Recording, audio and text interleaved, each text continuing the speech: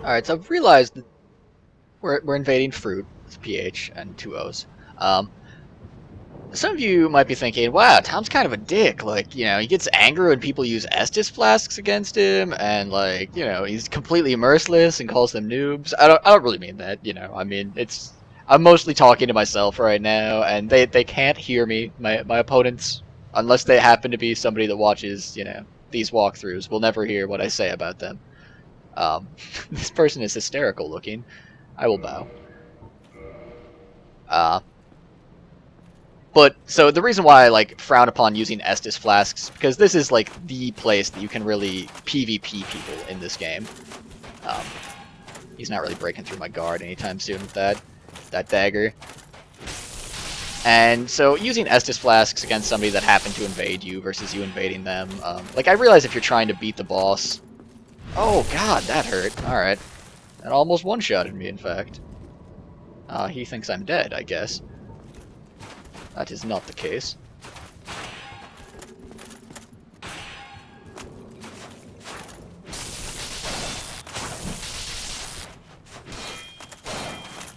He just needs to tap me, is all he needs to do at all. It's really hard to tell where you're going to end up with lag. Darn. Alright, well he fought pretty well. I'm going to finish my thought as this loads. Yeah, this is like the one part in the game where like it's a really short run up to the boss. It's a really common farming area, and if you want to just farm it, you can do that as a hollow. You don't need to be human to do that. And if you're summoning support for the end boss, I've realized the end boss is really, really, really hard in this game. But it's also the end of a really, really, really difficult game. So that's kind of no surprise to anybody. So if you need to get to to win the end boss with help, that's gonna be really hard to do. Not many people even put down a white summon sign to try and help people here. I've been human this entire time. I'm human right now, and I've seen, I think, one summon sign total. So there's not much of a chance of you getting help if you need somebody to come help you with the end boss, even if you do need it. So Kiln's mostly a PvP area and a farming area. You can get a lot of Titanite chunks from it, but people love to PvP here because it's such a pretty simple battleground, and it's the end of the game. It is a good place to PvP. Be ready for people to invade you if you are human in the Kiln.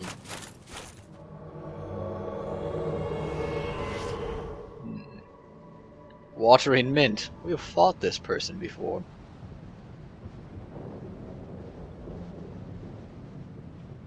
Watering Mint's legit. I remember Watering Mint bowing. He waves. Cool, cool.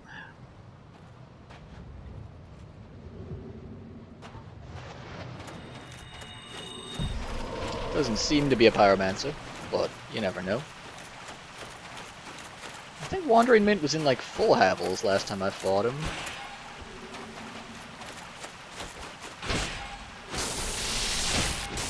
Oh my god. Alright, well I can't get into just dueling, like, just attacking fights with somebody that's got that big of a sword, really. The sword's too big.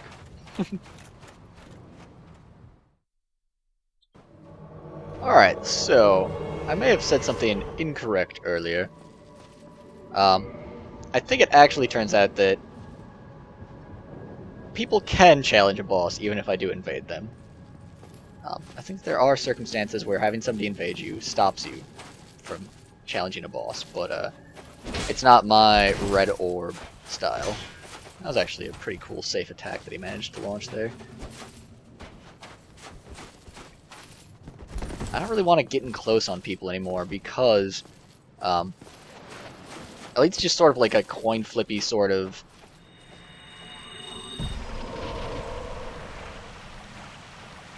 deal where whoever gets the backstab wins, and it's kind of hard to make it sure that you get the backstab.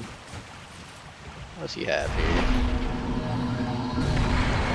looks like a thing for casting miracles.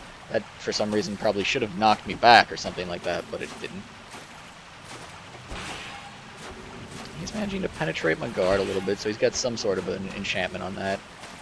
That's probably a divine weapon, so it's doing a little bit of extra magic damage.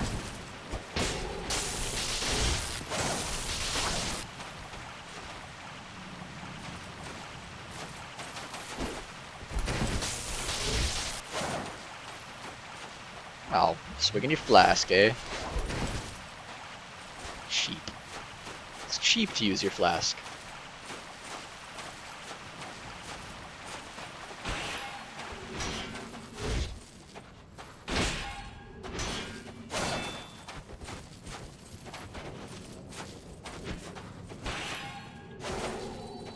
Ack!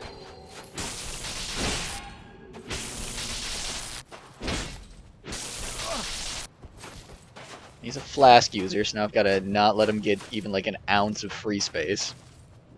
Otherwise he just heals, and that's lame.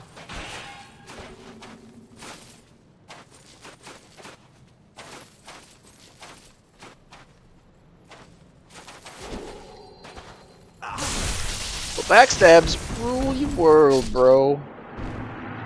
He charged forward, though. That wasn't like the circling around 50-50 one. That was a pretty legit backstab, if I say so myself. It might have looked less legit on his screen, though. Yeah, indict me. Love it when they indict me. I'll show you why in a second, after this load screen that's coming up here. Alright, so even though this... Oh, hold on, I gotta kill a thing real quick.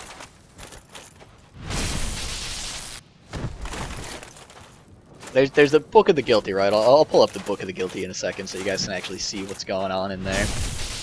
I'll never actually be high enough that anyone will see me in there, but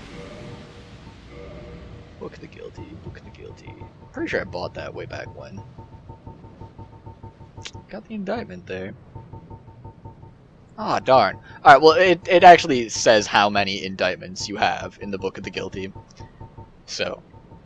not how many indictment items, like that one indictment item I have, but how many times people have written you up for killing them. Back to invading. Oh, I am actually being invaded. Well, alright then.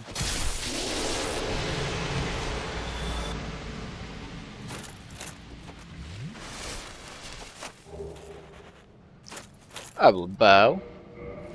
And I just used an Estus Flask, but that's just because I had taken a little bit of damage from an enemy. And now, we're gonna do this.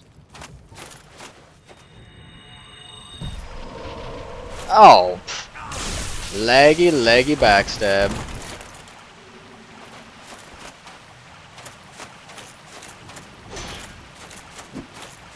Oh, a parry! Yeah, that was a good parry, damn. Damn! Good for you, house cat. That was sick. Oh, why would... Oh, no, some house cat. Some house cat is good. Some house cat is the best person I've fought against so far. The backstab was laggy. But that parry and then... Wow, that was just good. Alright, I'm just gonna say it. This is part of the walkthrough. We're invading Laser Bear's 360. This is part of the walkthrough. Do this. Farm and invade people in the meantime. Or, you know, if you're not a Dark Wraith, at least make sure that you walk around as human to get invaded by people. But like the chunks, upgrading your armor and everything is just gonna help an awful lot. This guy's naked and he's got a dragon head, I've noticed. It's mostly like what's standing out to me on this one. He stood there for a while accessing his menu to get to the bow command. He's got a very large club. That club is huge. I think the item's actual title is just large club, but that doesn't really do it justice. It's also very red. You know, you feeling that? That like kind of redness of him? He's very, very red.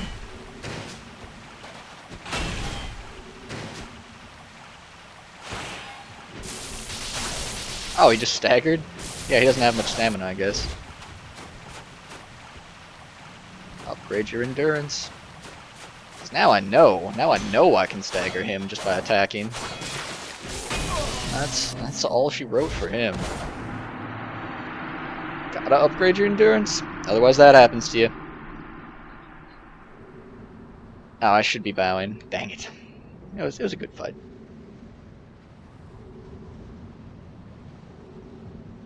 Alright, it took quite a while to invade this person, so this is going to be my my last invasion of the night. Got Laser Bears 360 here. We have invaded Laser Bears 360 before. It's the person with no armor but a giant club. Yeah, this invasion just took a long time. I feel like there's just not that many people on this late. Be sure to bow. And then I'm going to apply Flash Sweat to myself. Not that this person casted any Pyromancy before, but it's just nice to have high defense against stuff in general, right?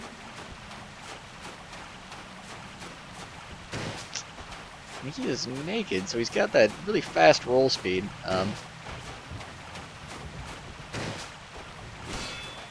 Not much of an opportunity to attack in there. Well, when he throws out that giant attack like that, though, that's quite an opportunity. I probably should have just comboed him there.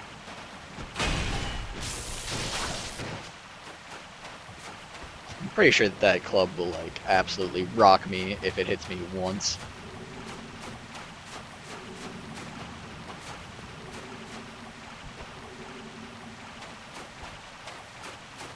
So I'll just not let that happen.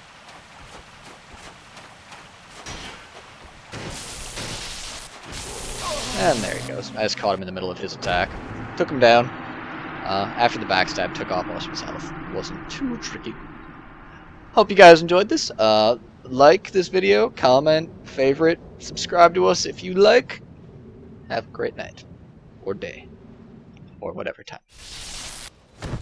Oh, alright, well, I took that back. I was just trying to kill this guy before I retired for the night for the bonus Titanite chunk, and I just got invaded. So, I'm on defense this time. He will have spawned up at the start of the level. I, of course, do not want to fight on this bridge at all. I don't know. I don't know why anyone would want to fight on a bridge ever. Ah, he's a spirit of vengeance even. Oh man, he's not gonna bow. He's just coming at me with like lightning spears and shit. Whatever, those are really easy to sidestep. If he wants to like take pot shots at a distance, I will more than happily kite him. He doesn't even have a shield, I noticed, so I guess there's not much that he can do if I just combo him down completely. Sorry bro, you didn't parry the first attack, so now you're dead. 20,000 souls! 20,000 souls. Oh yeah. Oh yeah. Through the course of fighting these guys, I have leveled up a bit. I'm now level 65, so like I said, 69 is pretty much the highest level that I would keep going with this strategy for. Like I said, they're gonna patch and make like weapon scaling a little bit better, so strength builds and intelligence builds will all be a bit more powerful. You'll be able to pump out a lot of damage, and then of course if you get strength, you can equip a huge shield. Your armor won't be able to be quite as good unless you're willing to move slowly though, or equip Havel's Ring. It's always an option. But yeah, I don't know. I think this build at level 69 is probably pretty close to optimal for low-level PvP. I guess most people that are like really hardcore into this game get up to like 120 or 130 for their soul level before they fight people. I don't know where they're putting their skill points, like vitality or maybe intelligence. I could see doing that with this build for sure. Pump your intelligence and become a spell sword. And instead of using a lightning Uchi-Katana, I would use an enchanted Uchi-Katana. If I were going to bring this build into New Game Plus, that is what I would do. In fact, I would farm and get the lightning or the enchanted Uchi-Katana, or some katana type weapon. That's just the type that I like. Or that one that drops off of the tail of Seath the Scaleless. One of those, and that's what I would do. Anyhow, now this video is over. Peace out all.